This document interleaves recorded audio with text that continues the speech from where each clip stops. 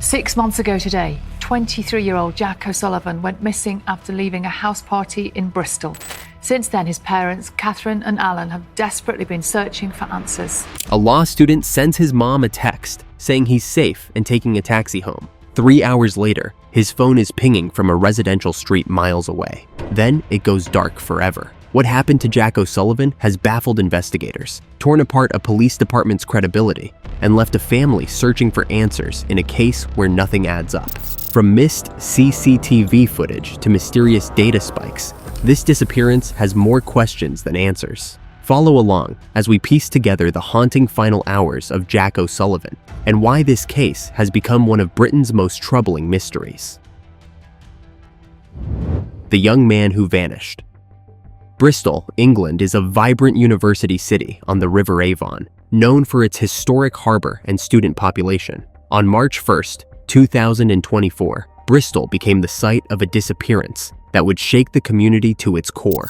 Jacko Sullivan was 22 years old, a law student with everything going for him. He came from a close family who described him as caring, responsible, and ambitious. Jack stayed in regular contact with his mother, Catherine, and always let her know where he was. Those who knew him described a young man who was grounded and connected to his family. What happened next was completely out of character for Jack. At 8:20 p.m., Jack left home to meet friends at a Wetherspoons pub. It was a Friday night, and the evening at the pub was uneventful. Jack was in good spirits, but as the night progressed, someone mentioned a house party in the Hotwells area. Jack hesitated about going. He didn't know the people hosting it or the other guests, but he went along with the plan. The party was in the Hotwells neighborhood, an area known for its period houses and proximity to the harbor. Jack arrived with his friends at a crowded house full of strangers. The fall that changed everything. At some point during the evening, Jack fell down a flight of stairs. The details are unclear. Some witnesses say it was an accident. Others suggest there was more to it. After the fall, some kind of altercation occurred. Jack hit his head. Head injuries can have serious consequences. Concussions don't always announce themselves with dramatic symptoms. Confusion, disorientation, and impaired judgment can result from head trauma. The family believes this head injury might explain Jack's later decisions. A concussed person might not recognize danger, or might become confused about where they're going. At 1:52 a.m., Jack texted his mother saying he was safe and taking a taxi home. For Catherine, this was reassuring, but Jack never got in that taxi. At 2:52 a.m., he left the party without saying goodbye to anyone. He simply walked out into the Bristol night, alone. That was the last time anyone at that party saw Jacko Sullivan.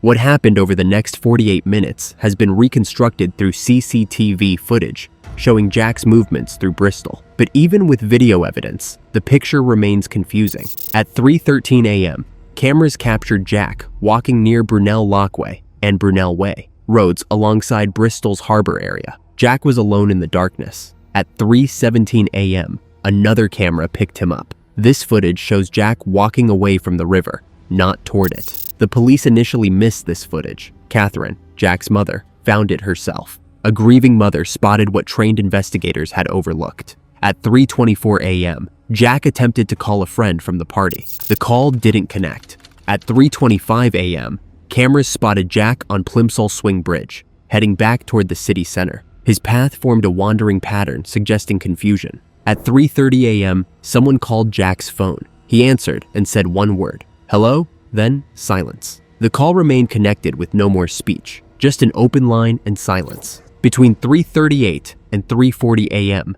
cameras captured their final confirmed sighting of Jack on Bennett Way Slip Road. He was walking away from the water, not toward it. After 3:40 a.m., Jack disappears from every camera in Bristol, but his phone was just getting started. If Jack had fallen into water at 3:40 a.m., his phone should have stopped working immediately. Water destroys electronics, but Jack's phone remained active for more than 3 hours. At 4:39 a.m., Jack's phone registered a massive data spike, equivalent to streaming a 9-minute video. Something was using that phone to transfer significant data. A phone underwater doesn't stream data. At 5:20 a.m., Catherine called her son.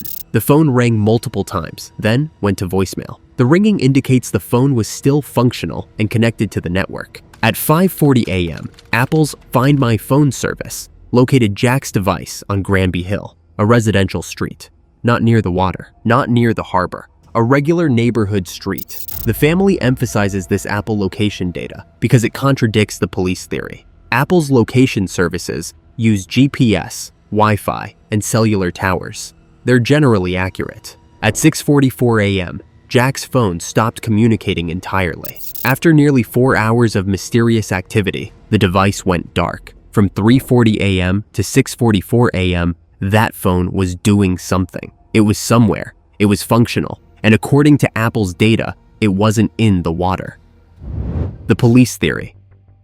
Avon and Somerset police developed their theory. Jacko Sullivan accidentally entered the water at Cumberland Basin and drowned. From a statistical standpoint, this makes sense. Bristol is a harbor city. People occasionally fall into water, especially at night after drinking. The police could point to other cases where missing persons in Bristol were later found drowned. The Cumberland Basin is a large body of water surrounded by industrial zones and walkways. If someone were disoriented, possibly concussed, walking alone at 3 a.m., falling into water isn't impossible. Police launched a massive search. Dive teams spent over 200 hours searching the water. Specialized divers combed the basin and surrounding waterways. Drone teams and air services were deployed 16 times. Police reviewed over 100 hours of CCTV footage. The search was thorough. Teams worked long hours, but they found nothing. No body, no clothing, no phone, no wallet. Nothing belonging to Jack. For a theory to remain viable, it needs supporting evidence. The police had their hypothesis, but the water gave up no proof. Jack also wasn't added to the National Missing People's Register for over 2 months. This fundamental step helps coordinate searches and share information. The Independent Office for Police Conduct later flagged this as unacceptable service. When official investigations weren't providing answers, the O'Sullivan family took action. They hired private investigators. They organized searches. They found discrepancies the police had missed. Catherine found the 3:17 a.m. CCTV footage showing Jack walking away from the river. The police had missed it. This was both a breakthrough and a devastating sign of how the official investigation had failed. The family focused on conflicting location data. Police relied on cell tower triangulation, placing Jack's phone near Cumberland Basin, but Apple's Find My Phone placed it on Granby Hill, a residential street. These told completely different stories. Cell tower triangulation measures signal strength from multiple towers. It's useful, but not precise in urban areas. GPS data from Find My Phone is generally more accurate. The family's private investigators got a report from an independent harbor master who contradicted the police theory. The expert suggested that if Jack entered the water where and when police theorized, his body or belongings should have been recovered. Specialist search dog teams were brought in. The family wasn't accepting the official narrative. They were building their own case. In late 2025, Curriculum Investigations launched Operation Unite for Jack's case. Jack's brother created a cloned SIM card to analyze data from Jack's phone, examining usage patterns and connection logs. The family fought to get cell tower data from EE, Jack's phone provider. Privacy laws created barriers. Parents trying to find their missing son were blocked by privacy protections designed to protect him. Two groups examining the same facts have reached opposite conclusions. The police position. Cell tower data places the phone near Cumberland Basin. The geography of Bristol and statistics support water entry. Young men who go missing in Bristol, near the harbor, have historically been found in the water. The family position. Apple's location data shows the phone on Granby Hill, not near water. CCTV from 3:40 a.m. shows Jack walking away from water. The phone remained functional for hours, inconsistent with submersion. Most significantly, despite 200 hours of dive searches, no physical evidence has been found. Where is the body, the clothes, the phone? Bristol's harbor has given up other victims. The data spike at 4:39 a.m. adds mystery. A phone underwater doesn't stream data equivalent to a 9-minute video. The police point to the absence of evidence suggesting third-party involvement. No witnesses saw Jack with anyone else. No evidence of foul play emerged. The simplest explanation remains accidental drowning, even without a recovered body. But simple explanations need evidence, and the evidence refuses to be simple. Failures and investigations. The Independent Office for Police Conduct found enough concerning failures to investigate how Avon and Somerset police handled the case. The 2-month delay in adding Jack to the National Missing People's Register was labeled unacceptable. This was a fundamental failure in proper procedures. During those 2 months, coordination with other agencies was hampered. The missed CCTV footage was another critical failure. Professional investigators missed evidence that a grieving mother found. When families try to investigate themselves, they run into privacy laws and bureaucratic barriers. The battle to get cell tower data from EE dragged on for months. The O'Sullivan family was stuck, unable to access data about their own son. These systemic failures made finding answers infinitely harder. Every missed piece of evidence, every delay, every access denial extended the family's agony. The disappearance of Jacko Sullivan struck a chord with people far beyond his immediate circle. A Facebook group dedicated to finding him grew to over 100,000 members. This wasn't just casual internet interest. These were 100,000 people actively engaged in trying to help find a young man most of them had never met. The group became a hub for sharing information, organizing search parties, and keeping Jack's case in the public consciousness. A GoFundMe campaign raised £59,000 to support search efforts and private investigations. This substantial sum came from ordinary people moved by Jack's story and frustrated by the lack of progress in the official investigation. Community members donated not just money, but their time, joining organized searches on weekends, distributing posters around Bristol and beyond, and sharing information across multiple social media platforms to keep the case visible. In September 2025, an anonymous donor offered a reward of £100,000 for information leading to finding Jack. This is one of the largest rewards ever offered in a British missing persons case. Someone with significant resources saw the family's pain and decided to put up a 6-figure sum in hopes of motivating someone with knowledge to come forward. But community attention brings darkness along with the light. The family has been targeted by malicious trolls who send cruel messages and false leads designed to cause maximum pain. Some people have made ransom demands, claiming to know where Jack is and asking for payment to reveal the information. These despicable acts add psychological torture to an already unbearable situation. The O'Sullivans have had to endure not just the loss of their son, but active cruelty from strangers. Catherine has had to sort through hundreds of tips, trying to distinguish genuine leads from vicious lies. She's had to maintain hope and strength while being constantly attacked by people who seem to take pleasure in tormenting a grieving mother. The emotional toll of this online harassment compounds the already devastating impact of Jack's disappearance. Yet despite these dark elements, the overwhelming response has been positive and heartwarming. Thousands of people genuinely want to help. They search, they share, they donate. They keep Jack's case in the public eye when it would be easy for media attention to move on to the next story. The sustained community support shows that people still care deeply about someone they've never met, and they refuse to let Jack be forgotten. The cruelest hope. In January 2025, nearly 10 months after Jack vanished, news broke that a body had been found at Stout Bay in South Wales. The location was across the Bristol Channel from Bristol itself. Bodies in water can travel significant distances, carried by currents and tides. When the discovery was announced, it immediately raised the possibility that this could be Jack. For the O'Sullivan family, this discovery triggered a storm of conflicting emotions.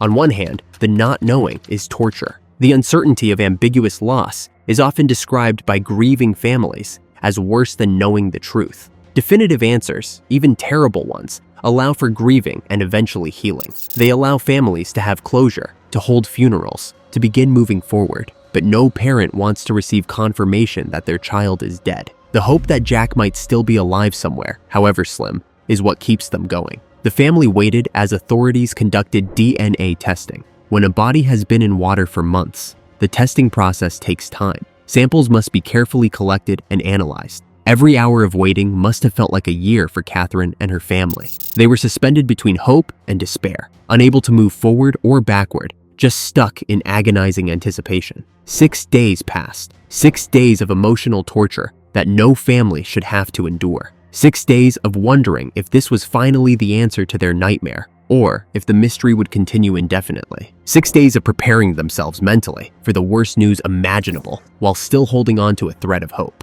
Finally, the results came back. The body wasn't Jack. The mix of emotions that followed is difficult to imagine. Relief that it wasn't him, that they didn't have to face the finality of his death. Anguish that they still had no answers, no closure, no way forward. The not knowing continued with no end in sight. Psychologists who study grief talk about a concept called ambiguous loss. This is when someone is physically absent, but their status remains unclear. It's fundamentally different from definitive loss, where you know someone has died and can begin the grieving process. Ambiguous loss leaves people stuck in psychological limbo, unable to fully grieve, but unable to move forward with hope either. They can't mourn, but they can't heal. The O'Sullivan family lives in this psychological limbo every single day. Every day without answers is another day of torture. Every potential lead brings equal measures of hope and fear. Every false identification extends the agony further into an endless future. Today, the case of Jacko Sullivan remains open and unresolved. Avon and Somerset police maintain their working theory about accidental water entry. The O'Sullivan family maintains their belief that the evidence points elsewhere. These two positions seem irreconcilable, and neither side shows signs of budging. No physical trace of Jack has been found since that 3:38 a.m. CCTV footage on Bennett Way Slip Road. No confirmed sightings, no credible witness reports, no belongings recovered. No body has surfaced despite extensive searches. He simply vanished from the streets of Bristol as if he never existed. The family continues their own investigation with unwavering determination. They continue raising funds through community support and donations. They continue searching areas the police may have overlooked. They continue demanding answers from authorities who don't seem able or willing to provide satisfying explanations. They continue living in the hellish limbo of not knowing what happened to their son and brother. Catherine O'Sullivan has become a powerful advocate for other families of missing persons. She speaks publicly about the systemic failures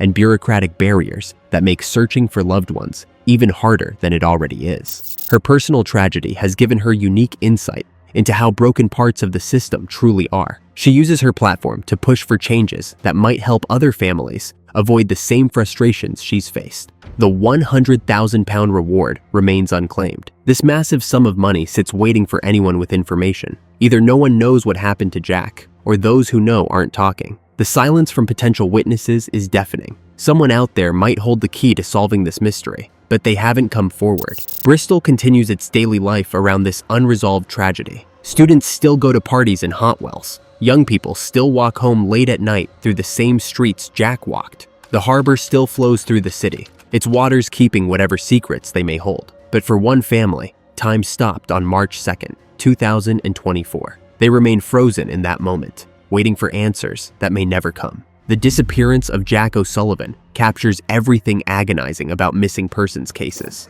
conflicting evidence, unanswered questions, and institutional failures that deepen a family's suffering. Jack was a young law student with his whole life ahead of him, a son who reassured his mother he was safe, and then vanished into the Bristol night. His family remains trapped in painful uncertainty. If you have any information, no matter how small, please contact Missing People or Avon and Somerset Police. Every detail matters and could bring answers. If this story moved you, subscribe for updates on this case and other unresolved mysteries.